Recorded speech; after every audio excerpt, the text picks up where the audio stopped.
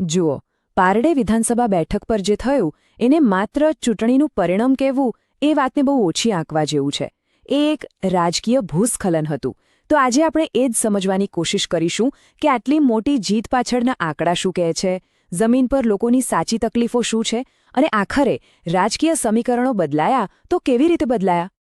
ચાલો, આ આખી વાતને આપણે 4 ભાગમાં સમજીએ. પહેલાં તો પારડીની રાજકીય હકીકત શું છે એ જોઈશું. પછી ઊંડા ઉતરીશું આંકડાઓમાં. ત્યાર પછી જમીન પર લોકોનો અવાજ સાંભળીશું.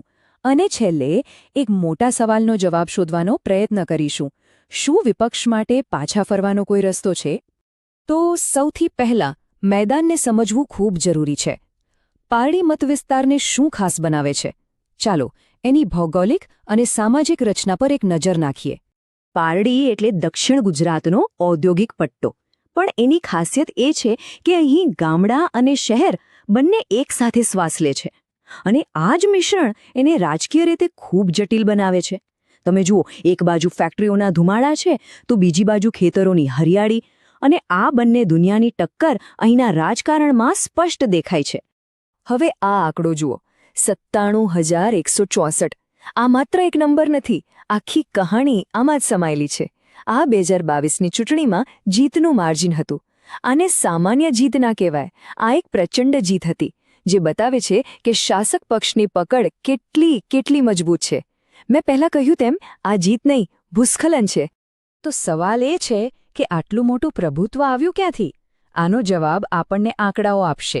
છેલ્લા 20 વર્ષનો ડેટા એકદમ સાફ ચિત્ર બતાવે છે. ચાલો, એ સફર પર એક નજર કરીએ. અહીં જુઓ, 2002નું વર્ષ, આ એક ટર્નિંગ પોઈન્ટ હતો. આ છેલ્લી વાર હતું કે કોંગ્રેસ અહીં જીતી શકી. બસ ત્યારથી ભાજપની પકડ સતત મજબૂત થતી ગઈ, અને 2022 આવતા તો જીતનું અંતર એટલું વધી ગયું જેની કોઈએ કલ્પના પણ નહોતી કરી. આ ચાર્ટ જુઓ, વાત એકદમ સ્પષ્ટ થઈ જશે. 2007માં ભાજપનો વોટ શેર હતો 52%, જે 2022માં કૂદકો મારીને પહોંચી ગયો 73% પર. અને બીજી બાજુ કોંગ્રેસ એ 43%થી સીધી ગગડીને આવી ગઈ ફક્ત 15% પર. આ આંકડાઓ ચીસો પાડીને કહી રહ્યા છે કે અહીં એક મોટી રાજકીય ઉથલપાથલ થઈ છે. અને જો આપણે ફક્ત છેલ્લા 10 વર્ષની વાત કરીએ તો 2012માં જીતનું માર્જિન હતું લગભગ 26.5%, અને 2022માં એ બમણાથી પણ વધીને 58% થઈ ગયું. આ શું બતાવે છે? એ જ કે વિપક્ષનું જમીની સ્તરનું સંગઠન કેટલું નબળું પડી ગયું છે. તો ફરી એ જ સવાલ કે આવું થયું કેમ?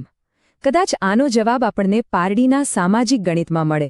જો, અહીં લગભગ 33% વસ્તી આદિવાસી સમાજની છે, જે એક બહુ મોટો અને નિર્ણાયક વોટ બ્લોક છે. એની સાથે જ વાપી જેવા શહેરી વિસ્તારમાં 18% મુસ્લિમ લઘુમતી છે, અને પછી પાટીદાર અને ઓબીસી સમુદાયો પણ છે. આ બધા સમીકરણો જ્યારે ભેગા થાય ત્યારે જ ચૂંટણીનું પરિણામ નક્કી થાય છે. વેલ, આંકડા તો એક બાજુ છે, પણ જમીન પર લોકો શું અનુભવી રહ્યા છે? લોકોનો અવાજ શું છે? હવે આપણે ડેટાથી આગળ વધીને પારડીના લોકોની સાચી ચિંતાઓ અને ફરિયાદોને સાંભળીએ. તો લોકોની મુખ્ય ફરિયાદો શું છે? પાણીની અછત, અને જે પાણી છે એમાં પ્રદૂષણ, ફેક્ટરીઓનું કેમિકલવાળું પાણી, સારી નોકરીઓ નથી, ગામડાઓમાં રસ્તાઓની હાલત ખરાબ છે, અને આરોગ્ય અને શિક્ષણની સુવિધાઓ પણ પૂરતી નથી. આ એવી સમસ્યાઓ છે જેની સાથે લોકો રોજ જીવી રહ્યા છે, પણ એનો ઉકેલ દેખાતો નથી. આ એક વાક્ય સાંભળો, એ સમસ્યાની ગંભીરતા સમજાવી દેશે. દાયકાઓના કેમિકલ ઉદ્યોગે ગંભીર પ્રદૂષણ ફેલાવ્યું છે. પાણીના સ્ત્રોત અને જમીનની અંદરનું પાણી બંને એટલા દૂષિત થઈ ગયા છે કે લોકોના સ્વાસ્થ્ય અને માછીમારી જેવા વ્યવસાયો પર સીધી અસર પડી રહી છે. વિચારો, જ્યારે પીવાનું પાણી અને આજીવિકા બંને પર તરાપ વાગે ત્યારે પરિસ્થિતિ કેટલી ગંભીર હશે? અહીં જ સૌથી મોટો સવાલ ઊભો થાય છે કે જો લોકો આટલી બધી ગંભીર સમસ્યાઓનો સામનો કરી રહ્યા છે તો પછી વિપક્ષ કેમ મજબૂત નથી?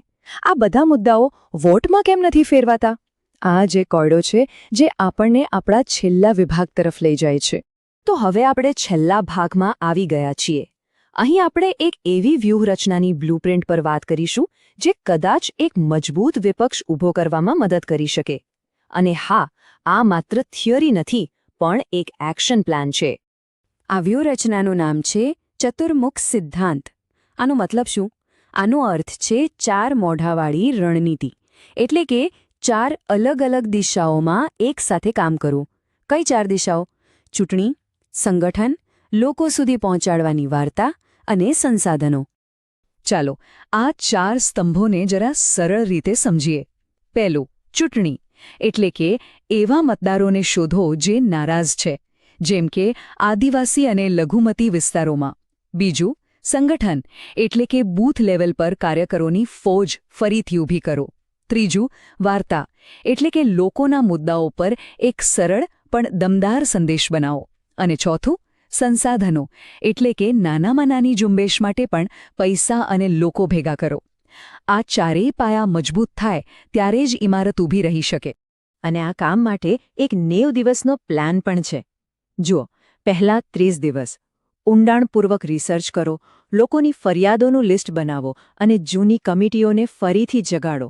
પછીના 30 દિવસ ગામે ગામ ફરીને મીટિંગો કરો અને સ્થાનિક આગેવાનો સાથે બેઠક કરો. અને છેલ્લા 30 દિવસ રેલીઓ, રોડ શો અને મતદારોને ઘરની બહાર કાઢવા માટે પૂરી તાકાત લગાવી દો. આ એક સ્ટેપ બાય સ્ટેપ પ્લાન છે. અને આ આખી મહેનતનો મુખ્ય સંદેશ શું હોઈ શકે? એકદમ સીધો અને સરળ. પહેલા લોકો, પછી પ્રદૂષણ ફેલાવનારા. આ સંદેશ શક્તિશાળી કેમ છે? કારણ કે એ સીધો લોકોની સૌથી મોટી સમસ્યા પ્રદૂષણ પર વાર કરે છે અને લોકોની લાગણીઓ સાથે જોડાય છે. તો અંતમાં આ બધી ચર્ચા પછી એક જ સવાલ બચે છે. શું ખરેખર ડેટા અને સ્થાનિક મુદ્દાઓ પર આધારિત કોઈ વ્યૂહરચના 58%ના આટલા મોટા રાજકીય અંતરને પડકારી શકે છે? આ એક બહુ મોટો પડકાર છે, જેનો જવાબ તો આવનારો સમય જ આપશે.